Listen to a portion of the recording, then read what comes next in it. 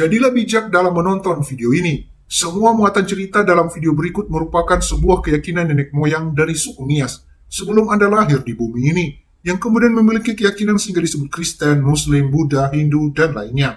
Adapun cerita ini diambil dalam buku Asal-Usul Masyarakat Nias oleh P. Johannes M. Hammerle, OFMK.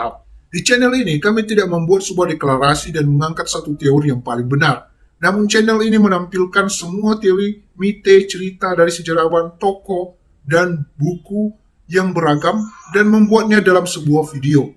Jadi, channel ini memberikan pilihan atau kehendak bebas kepada viewer untuk menentukan sendiri mana yang dianggap benar menurut pemikirannya sebagai manusia yang merdeka. Sebelum masuk kepada video berikut, tekan terlebih dahulu tombol subscribe dan notifikasinya supaya Anda mendapat pemberitahuan ketika ada video terbaru dari channel ini. Gratis. Dan jangan lupa untuk share video ini melalui media sosial Anda karena berbagi pengetahuan itu indah bagus. Oke, langsung saja. Menurut mite Nias Selatan, menceritakan perkelahian antara dua bersaudara, Laturedane dan Lobalani atau Lowalangi. Tempat tinggal mereka berbeda. Laturedane tinggal di kaki gunung, sedangkan Lowalangi di puncak gunung. Pada awal perkelahian, Laturedane memberi kesempatan kepada Lowalangi untuk menyerangnya. Maka dari sebelah atas Lowalangi melempar batu ke bawah untuk memusnahkan Laturedane. Tetapi Laturedane tenang-tenang saja. Rupanya pelemparan batu ini tidak dapat membuat Laturedane kalah. Akhirnya karena sudah capek, Lowalangi berhenti untuk menyerang. Laturedane bertanya, apakah serangan sudah selesai? Lowalangi menjawab, sudah. Lantas Laturedane mulai menyerang dari sebelah bawah dengan cara menggoyangkan bumi sehingga kediaman Lowalangi di bukit tergoncang. Akibat dari serangan itu, Lowalangi mengalah dan menyadari bahwa Laturedane lebih kuat. Sejak itu sudah jelas bahwa Laturedane adalah abang dan Lowalangi adalah adik. Begitu pula Nadaoya dan Tuhan Arelva digolongkan sebagai abang dari Lowalangi dan sebagai leluhur penghuni asli Nias. Selama ini, mitos ini merupakan suatu kesulitan bagi para peneliti budaya Nias. Seolah-olah terdapat suatu kontradiksi di dalamnya. Mengapa Lowalangi, dewa yang tertinggi, mengalah kepada Laturedane? Mengapa Lowalangi punya saudara? Dan mengapa Lowalangi sang pencipta adalah adik Laturedane?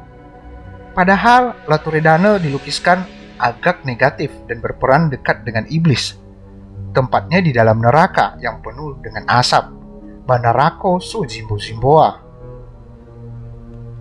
Tetapi kalau kita melihat ini dengan saksama dan mengartikannya sesuai dengan keterangan Amarafisa Giyawa, segala sesuatu dan kontradiksi akan lenyap saja. Rupanya kesulitan itu diciptakan di luar dan tidak terletak di dalam mite itu sendiri. Pengertian yang keliru tentang mite itu berawal pada abad yang lalu waktu para misionaris berpendapat bahwa masyarakat Nias menganut suatu teisme dengan Lowalangi sebagai dewa tertinggi, sehingga secara konsekuen nama Lowalangi dipilih sebagai nama Allah dalam agama Kristen. Dan sejak itu, agama Kristen berusaha pula untuk memurnikan Lowalangi Nias menjadi Lowalangi Kristiani serta meneruskannya. Padahal besar kemungkinan bahwa Laturedane dan Lowalangi hanya merupakan dua leluhur dari dua etnis yang berbeda. Laturedane sebagai leluhur grup etnis pertama sesuai dengan tradisi lisan di Gomo bertempat tinggal dalam gua di bawah tanah, Aredane. Di situ dia bisa hidup dengan nyaman. Sedangkan Lowalangi termasuk dalam grup etnis yang ketiga, dialah manusia dari atas dan namanya diagungkan dan dimuliakan.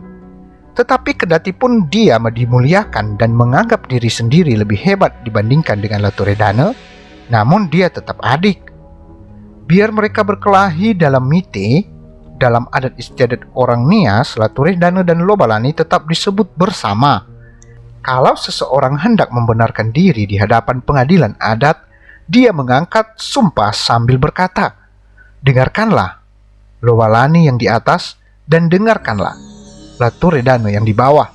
Kedua tokoh dari dua etnis itu disebut sebagai saksi sumpah. Keturunan kedua grup etnis pertama yang sudah lama mendiami Pulau Nias tentu lebih banyak jumlahnya. Karena itu mereka lebih kuat daripada keturunan grup etnis ketiga yang baru datang dan belum menguasai lingkungan. Demikianlah video ini.